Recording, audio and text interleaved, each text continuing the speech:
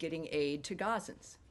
And then suddenly it moves into complaints about style or the nature of who's doing it, or elements of administration and being opposed to getting food and aid, as we've demonstrated here, is happening and will continue to happen because someone might feel left out, is, I think, the height of hypocrisy.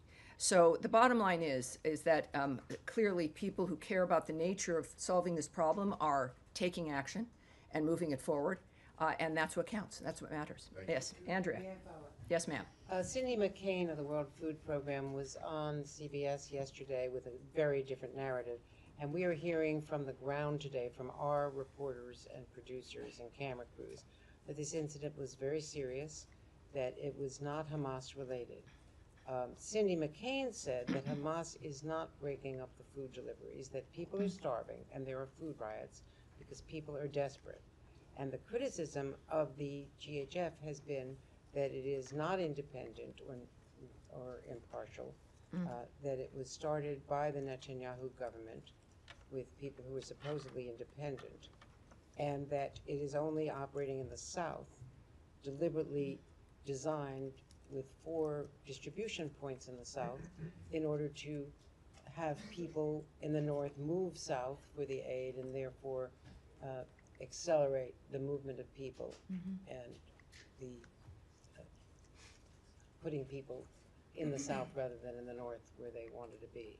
So there are a lot of controversies about this from the ground, yes. from all of our reporting. McCain said that no one had approached the World Food Program, which is still delivering food into Gaza, that people have been desperate. No one had, she had met with, as you know, the secretary. She said she welcomed that, was grateful for it, that the Rubio and McCain families have been friends for decades, but that they had a frank conversation about what's happening between Israel and the food deliveries, and that no one had even told them about this foundation or given them. Well, Andrea, this is where again there's certainly this is something the world is watching, something we've all cared about getting resolved. It is not an uncomplicated situation.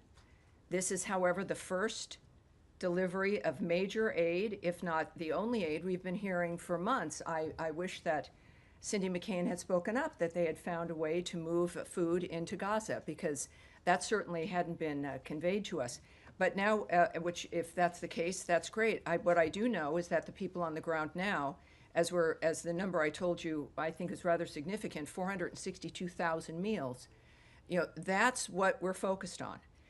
And that this is, and I'm not going to address either gossip or complaints or people who knew or weren't included or would do it a different way or who's shooting at whom.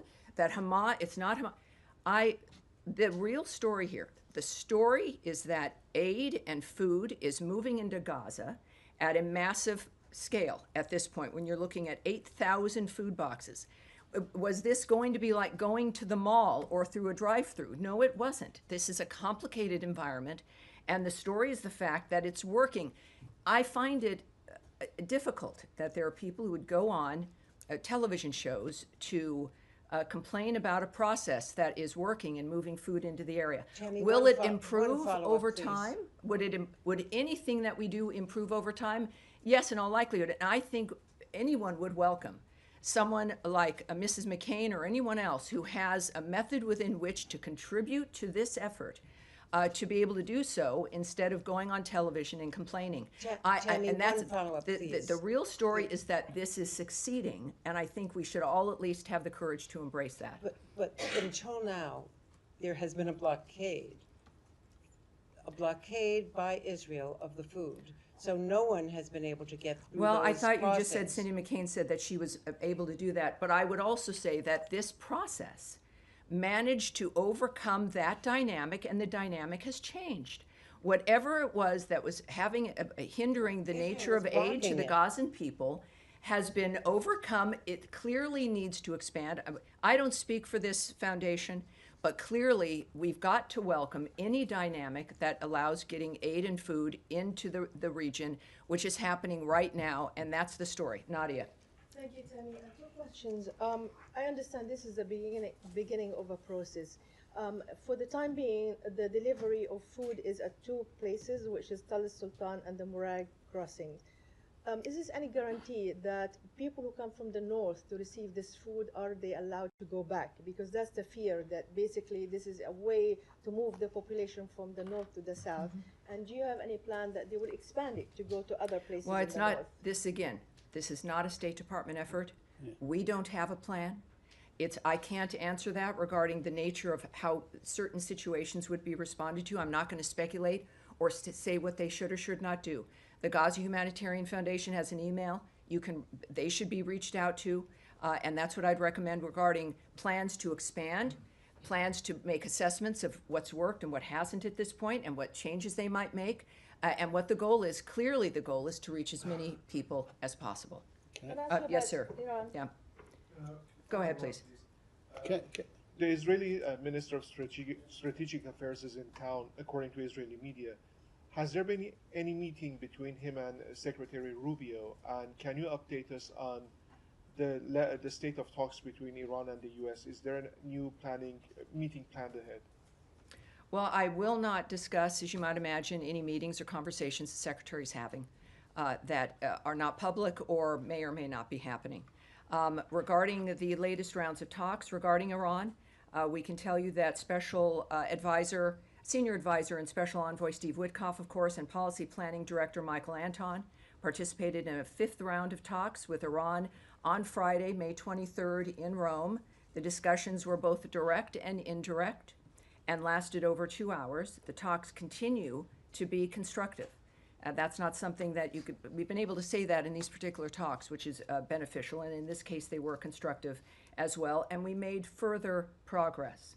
Both sides have agreed to meet again in the near future, and we are grateful to, once again, our Omani partners for their continued facilitation of the process. All right? Yes, sir. Just to follow up on the Gaza Humanitarian Foundation, because Sure. I think you talked about independence and neutrality that was involved in this new foundation, but I mean, quite clearly that's not the case. I mean, the IDF itself has said this has been done in coordination with it and the foundation, so it's clearly being done, and the security of it is carried out by, on the perimeter, Israeli forces and then American security contractors. The problem with that, and what all the experts and the United Nations say, is that you therefore have a situation where the aid is provided by an organisation that seems to be a party to the conflict, and that's what the UN has always avoided, because you potentially made the recipients targets, and we're seeing that already, potentially, in that this has become a very militarised form of aid. So I'm just interested in why you describe this as independent and neutral when it clearly doesn't appear to be so.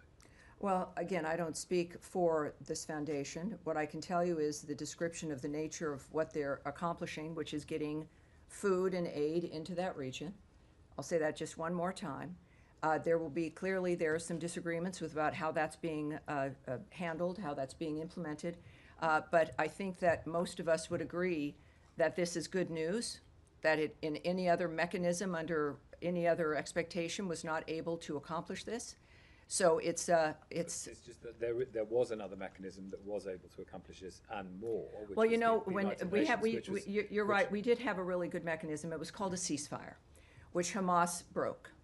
And it is a ceasefire and a plan that had been operating and offered, which they continually refused to accept, continued to hold hostages, as they still continue to not just hold hostages, but the bodies of the people that they've murdered. And they've refused to do the one thing that could stop this in a moment. They've refused. So we did. It was a ceasefire, and Special Envoy Witkoff, very successful, and Hamas decided, well, that was just too much of that. So the real story here is that there's food aid going in. There will be people, of course, who will look at some of the details and not like it. But then I think it shows us the priorities of certain individuals when it comes to, at first it was, let's get these people fed, and now it seems to be something else in the meantime. Yes, sir, go ahead. Thank you, Tammy. Yes. Wait, no, sir. Oh, I'm sorry. I don't know who's speaking, but go ahead.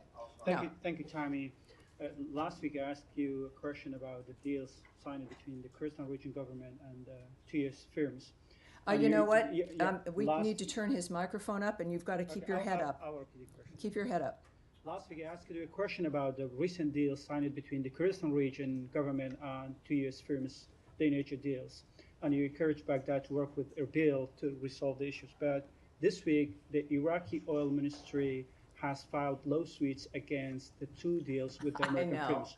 So any reaction to that and how this impacts the U.S. firms' incentive to invest in the region? And I have another question regarding Yes, last week we discussed some of the difficulties here, but as I said last week, worth repeating today with this new news, is that the United States supports economic deals that benefit all Iraqis, including the two announced last week. We encourage Baghdad and Erbil to work together to expand domestic gas production as soon as possible. These types of economic partnerships will benefit both the American and Iraqi peoples and help Iraq move toward energy independence. U.S. oil companies have invested billions of dollars in the Iraqi Kurdistan region's oil sector. We hope to see additional investment from U.S. oil companies throughout Iraq. We know, of course, last week, Secretary of State Marco Rubio met with Iraqi Kurdistan Regional Government Prime Minister Mansour Barzani in Washington, also on Friday, May 23rd, a busy day here. Secretary Rubio and Prime Minister Barzani discussed opportunities to further increase trade and investment between the United States and the Iraqi Kurdistan region.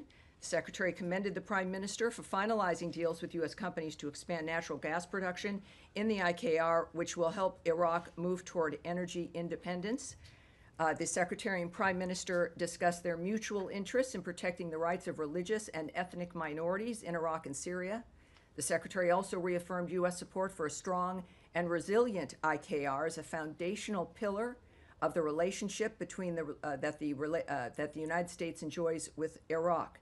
We also believe that U.S. and Iraqi interests are best served by having a strong, resilient Iraqi Kurdistan region within a sovereign and prosperous federal Iraq, and we continue to support U.S. companies doing business in all of Iraq, including trade and investment between the United States and the IKR. As far as the nature of the lawsuits, it's, again, obviously we are looking forward to continuing these kinds of deals. We expect these kinds of deals to flourish and would hope that they would be facilitated. But it's, again, we've got to underscore the importance of an independent and energy independent region, and this is one way that we're going to be able to do it. And another question on Iraq. Sure. Yeah, in separate issue. Do you confirm if there's any U.S. involvement in any negotiations with Iraq to release Elizabeth Tsurkov, an Israeli-Russian academic kidnapped nearly 2 years ago in Baghdad? Has the Israeli government requested assistance from the U.S. government in this regard? I do have something I can tell you on this. There is some reports regarding an exchange discussed.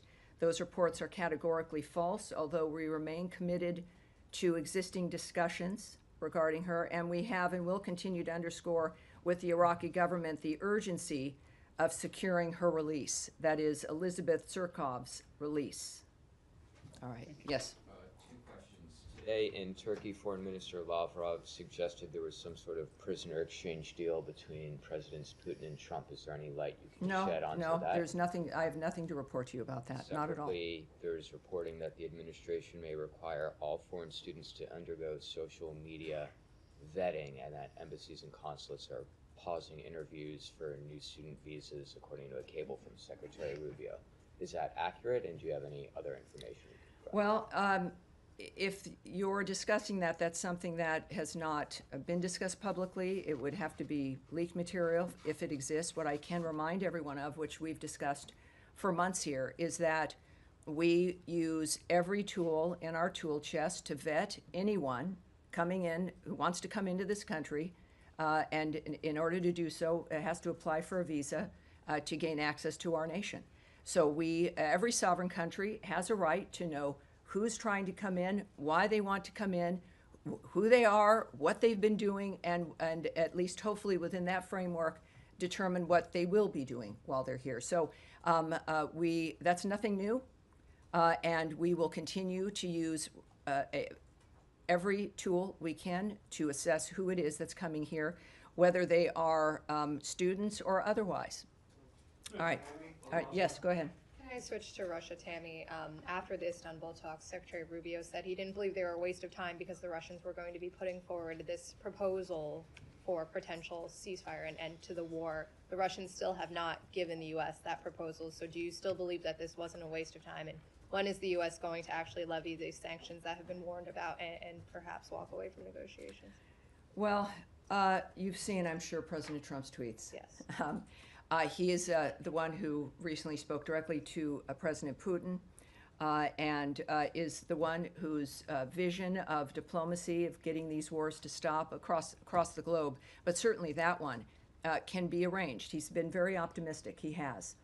And as we've seen over the last few days, including this morning, the president has been very blunt about his opinion about President Putin.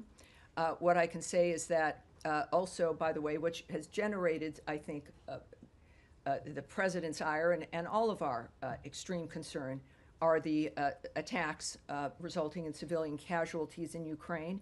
The president has said many times this has to stop.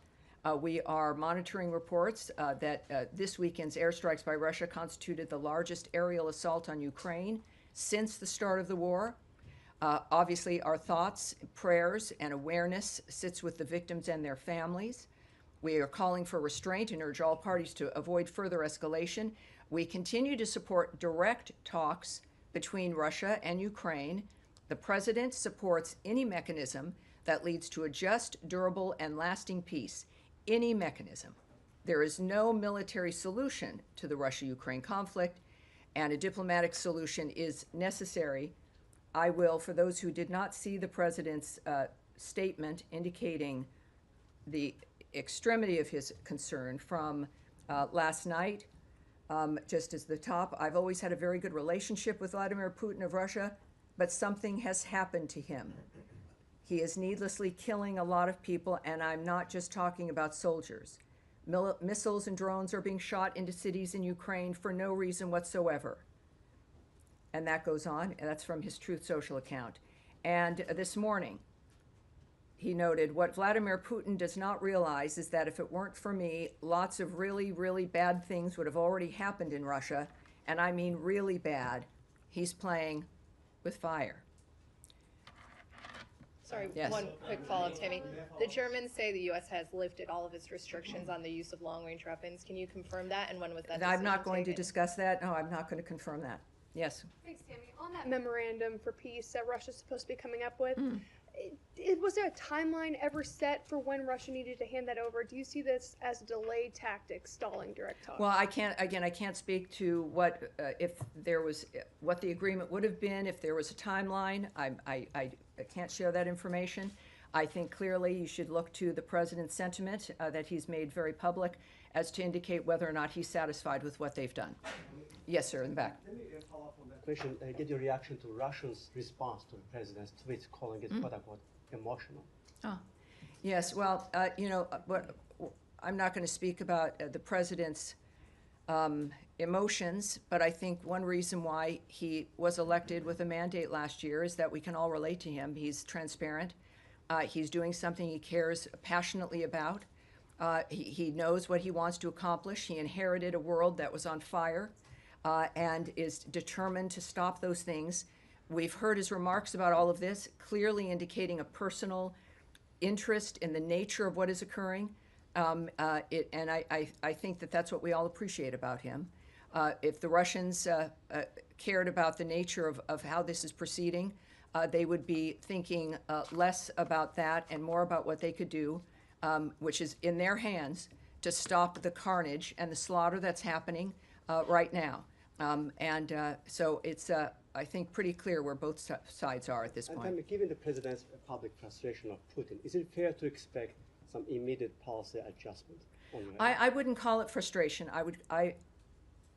It is a statement of the man who has led the effort for peace in so many different regions, making it clear and being completely transparent about his opinion about what's transpired. And I think that is something Russia should take seriously. Americans certainly do.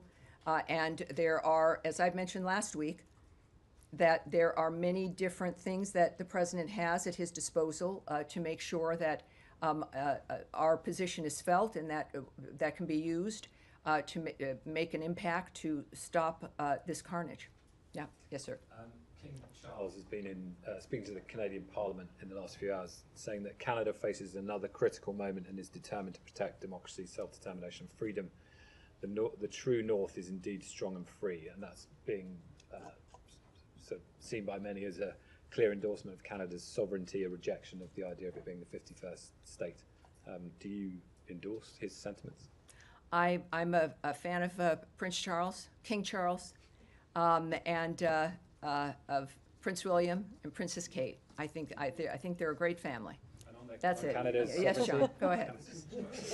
If you don't mind, let me go back to the student visa issue. Leaving aside the issue of the cable, the Secretary himself has said that the vast majority of students in the country, foreign students, have done nothing wrong. They shouldn't be worried about their visas. They're welcome to study at American universities. People going to universities this fall, foreign students, should they be concerned that their visas won't be processed in time? Do you think that is the State Department confident that people can still attend autumn semesters? Well, this is every dynamic, and again, we don't speak about individual visa cases. We don't speak about the nature of the choices made about individuals. We do know, though, that we take very seriously the process of vetting who it is that comes into the country, and we're going to continue to do that. We're going to continue to vet, and we continue to have an interest. And again, whether they be student or if you're a tourist who needs a visa or whoever you are, we're going to be looking at you. I think why it seems to be such a controversial thing that's going on, but it shouldn't be. And every nation should take seriously and does who's coming in. So if you're going to be applying for a visa, follow the normal process, the normal steps, expect to be looked at, and we go on from there. And processing delays, do you expect students applying now to Again, I can't speak to their individual experiences, but of course, it seems like the nature of the reaction to this is that, but I can't, we've always vetted people trying to come in. We've always looked at visas seriously. It's why we have a visa, so that you can stop and look at someone. So I can't speak about what the individual experience will be, but the fact is that everyone knows that it's a reminder, certainly, that we're taking it seriously. Yes, go ahead, certainly. And you just said it, there is a vetting process for anybody who's coming in the country, but what is different now? Is there a new criteria, a new mechanism? What's different? Well, yes, we in addition to not discussing, for privacy reasons and a whole host of other reasons, discussing individual visa processes with an individual, but we also don't talk about the methods. We're not going to lay out here with the media the nature of the steps that are taken, the methods that we use. That would seem to be a little bit counterproductive, perhaps. But it is a goal, as stated by the President and Secretary Rubio, to make sure that people who are here and understand what the law is, that they don't have any criminal intent, that they are going to be contributors to the experience here, however short or long their stay is. And so the details of which I won't reveal, but it's one that will hopefully achieve our understanding of who deserves to visit this country and who does not. And just on Gaza, if I may. Of course. There were, to say it mildly, there were some challenges today delivering the aid parcels to Gaza. If there are more challenges of this sort, or if these challenges intensify, what do you expect? Is there a plan B? Does it stop? Contact the Gaza Humanitarian Foundation. I know it can be, it's difficult in that this is something that we've all hoped for and have wanted to help see succeed. But the fact is, this is not a State Department project or effort. So we're not in a position to make that declaration and even really speculating. The people who've done this clearly want to do it. They want it to succeed, and I think addressing this with them might be very useful. Yes, Saeed. Thank you very much. Just how can one contact the Gaza Humanitarian Foundation? This seems to be the gripe. I don't think anyone would appreciate it if I gave out an email right here from the podium. I think there's a thing called the internet, and you can type them in, and you will get an email address. Okay. There's a lot of you, I think most of you are reporters. I think a number of you have understand research and the typing in of the interweb tubes, which will give you that information, sir. Okay, just a quick follow-up Yes. on 2 points. Now, the gripe of the United Nations is that not knowing who this organization is and who stands behind it, who's going to finance it, and so on. They also say that there are very sparse or a couple of entry points and so on. They need more entry points. Yes, They need more- everyone has an opinion. Right, I you are understand that. because- What I do right. know, too, is for the first time ever, Saeed, with your very well-founded concern, I can tell you that over almost 500,000 meals have been delivered into that region. I am pleased to be able to say that to you without dealing with someone or an entity or a group that isn't entirely happy because it's not absolutely perfect or because they would have done it differently. But we finally have that happening. Yes, sir, in the back, right there with with the great hair. You've got great hair, but no, yes, sir. You, Okay. you're pointing. You're doing this. I don't have gray hair. No, I'm not. That's why I'm not pointing. I think you probably do. You, sir. Thank you. Yes, All right. all right. I have no hair. Well, there you Is go. it me? Okay. Just can you confirm? If, No, not. I'm saying not you. A man with A lot of gray people hair. with gray hair. Not you, sir. Speak up. I can make Take it. it Thank from you you. very much. Thank you. Sorry. That's all right. If you wait, they run right by you. Right. Yeah. All right. What's your name, sir? And what outlet? News. All right. Thank you. Welcome aboard. Thank you very much. As you said just earlier today, the world has been shocked by what's happened in Gaza over the past few days. The silhouette of a little girl. Well, I said it's been obviously it's been shocked over generations about what's Sure. been happening Absolutely, in Gaza, absolutely. and that Hamas certainly has refused to stop that violence. But go ahead. So, but just in the past few days, we've seen the silhouette of a little girl trying to flee burning classrooms surrounding her, killing people around her. We've seen thousands of Palestinians starved by Israel's blockade, herded between fences as they try to get fed today. A doctor who saw 9 of her children killed by Israeli bombs. All the while, this administration, of course, as we've seen, has sought to deport students who protest this, including one student who wrote an op-ed against this kind of behavior. The administration came in telling Americans it would be more pro-peace, more anti-war than This the is previous... beginning to sound like a soliloquy, sir. Do you have than a the question, previous- than the please? Do you previous have a question, administration. please? I'm curious... Yes, that's a how- very serious issue, and everyone Yes. has your question. Yes. So please ask it. I wonder how you see this administration being more pro-peace or more anti-war than the previous administration, given these kinds of horrors that Americans are witnessing. Yes, well, it is a dynamic where, as I also just mentioned a little bit ago, we did achieve a ceasefire, something which nobody thought would be possible after the heinousness of October 7th, the nature of what had occurred on that day, the fact that there has to be a new way, the president has stated, we have to have new ideas to make a difference so this stops and doesn't go from generation to generation, which all of us have experienced. It's right, wash, rinse, and repeat over and over and over again, every 20 years. And it would never stop.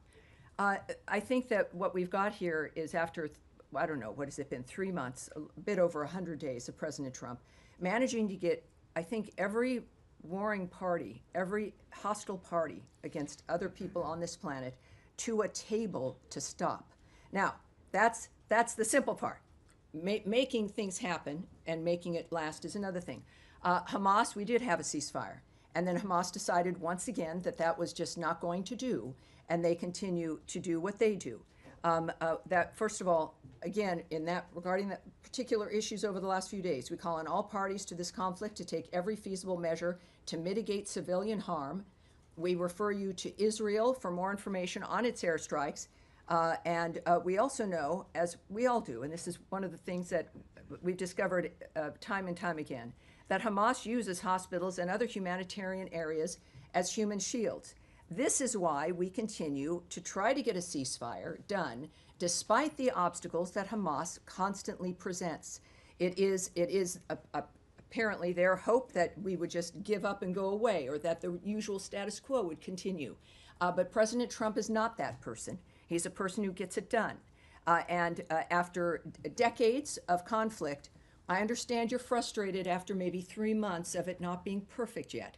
But that is what we are going for. We will continue to work for this. It is President Trump's commitment. Yes, Eric, please. Eric, go ahead, please. Thank you, Tammy, for the question. Wanted to ask you, the end of last week we reported, and you began... And you're Bloomberg, for those watching who don't know. Go ahead.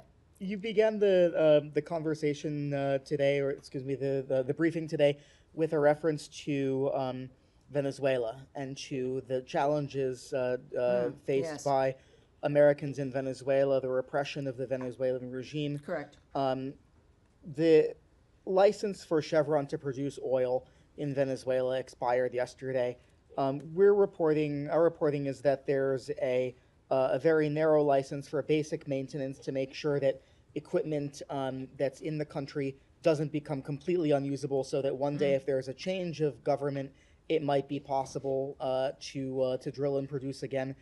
This is a license that would have to come from the administration. Do you have anything on that as far as whether that's been granted? I can't speak to that at all, but what I can say is actually your timeline on the Chevron license is wrong.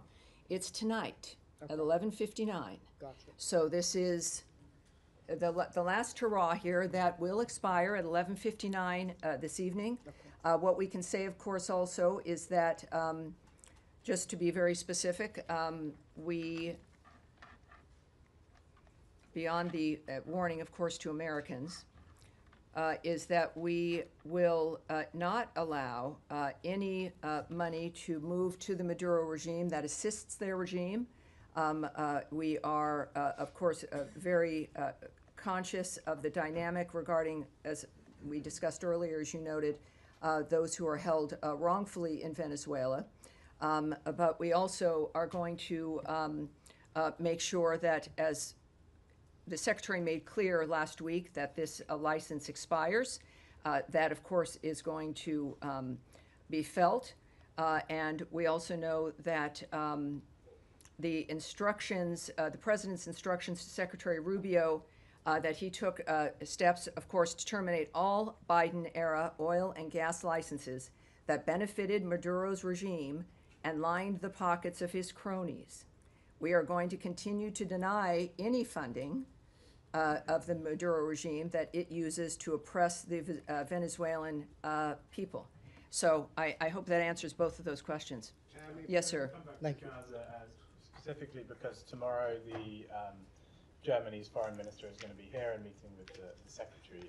Germany's government has kind of shifted quite a lot in the last few days on their position of support for Israel. They've been, alongside the US, one of the main backers of Israel in this war, and now they're saying, the Chancellor saying that the war in Gaza is no longer justified by the need to fight Hamas. So it seems like whatever coalition was left of countries, including the US, backing Israel seems to be getting smaller. Are you concerned that there's even less international support for Israel? Does that influence the way that the US is thinking about this? That one of the main European countries backing Israel is well, backing again, down Chancellor Merz noting that Israel's actions can no longer be justified. The fact of the matter is that Hamas has put the people in Gaza in this situation by launching that attack on October 7th, and by continuing to hold hostages, including the bodies of 4 Americans, and continue, of course, to maintain their weapons. So when we think about actions that can no longer be justified, I think we should adjust ourselves and look at what put us in this position in the first place. Regarding the UK, Canada, France, and any number of others that took disappointing steps last week, unilateral recognition of a Palestinian state, in this case, is unproductive and obstructs ongoing U.S. efforts towards peace in the region. And I think that there's a clear line that has been drawn by President Trump, which, again, definitely disturbs the status quo, which is that there has to be peace, not just for 6 months, not because there's been a deal made for a year, that this has to be enduring. The entire framework has to change. He's not kidding. He's not kidding, because otherwise, in 5 years or sooner, someone will be in your position, someone else will definitely be in my position, having the same conversation. We can't allow that to continue. That is President Trump's understanding and vision of the change that needs to occur. And the fact is that the status quo does seem to be perhaps the easier thing to maintain, but it's not the one that's going to save lives. All right, yes, there, right there. Go ahead, speak up. Yeah. Thank you, Tammy. President Gustavo What? No, excuse me, sir. I'm sorry. Yes, that will get you not called on, because you can tell I'm not looking at you. Go ahead, sir, please. Yeah, I have 2 questions. The first one is about Russia and Ukraine. We're seeing the Secretary of State several times saying that the U.S. are closing to stepping back in different ways, and we know the U.S. did play several cards. So what can we expect if this is happening? It means providing more weapons to Ukraine in order to leverage with the Russian, or just it means doing nothing? Well, President Trump and Secretary Rubio have said multiple times that this is not a war that can be solved through the military and through violence, that it has to be done diplomatically. At the same time, you've heard President Trump note that there has to be direct talks between the parties, direct talks between Russia and Ukraine. Also, President Rubio's comments now for weeks that unless there was progress, that our approach would change, not our support for ceasefire or helping to achieve it, but the issue of mediating might adjust. As of right now, of course, there's a lot that's in flux, and President Putin is getting a sense of President Trump's anger at the nature of what's transpiring. But I think that it's clear that both parties need to begin to look at this situation in a direct way with each other to make the difference at this point. Can I go follow up? On Gaza and Israel, is there a limit to President Trump patience, let's say, or he will? I'm sure there is. Keep letting Prime Minister Netanyahu doing what he's doing in Gaza, or President Trump at a certain point will say, stop. Well, if you see President Trump, you could ask him directly that. I'm not going to presume. Rubio, I know I'm not going to Secretary presume Rubio. President Trump's frame of mind about what he's willing to do or won't do. This is a man who's serious about getting a situation finished, of getting a deal done, of ending the situation which he is clearly confident it can end. My assessment of what he would do, he is him for a reason, and I'm not him. The last thing I think any of us want to do is second guess the president, certainly in this case, President Trump. He's also a human being, even though sometimes, he does more than what the average human being can do. But I feel that, as we've seen today with Putin, that there is a point that he looks at things differently. And how that manifests, just like with everything else in this administration, it will happen quickly. And that's what I've got for you today. Thank you, everyone. Thank you, and I'll see you on Thursday. Happy ending of the Chevron license day. Happy ending. All right. Thank you. Thank you. All right. That's it.